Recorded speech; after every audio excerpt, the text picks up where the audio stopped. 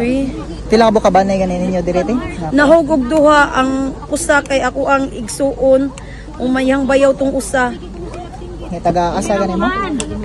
Ang ako ang kami taga Talisay poblasyon naman ang katungyang bayaw taga Minglanilla Tungkop. So inyo ang kabanay ti nagtrabaho dire. Nang yawat in town aron lang ibuis pamilya. Umaingno lang ta sa mga rescuer na kanang kuan kalma dili pwede madag kalma. Moingon sila risgo o tinuod risgo. Makuha man na ma-rescue man na magtinabangay kung gikapoy sila. Nang hangyo bitaw kay daghang kay kuan naningog yung mga laki ganiha. Dili man tagaw-taw dili man kuan.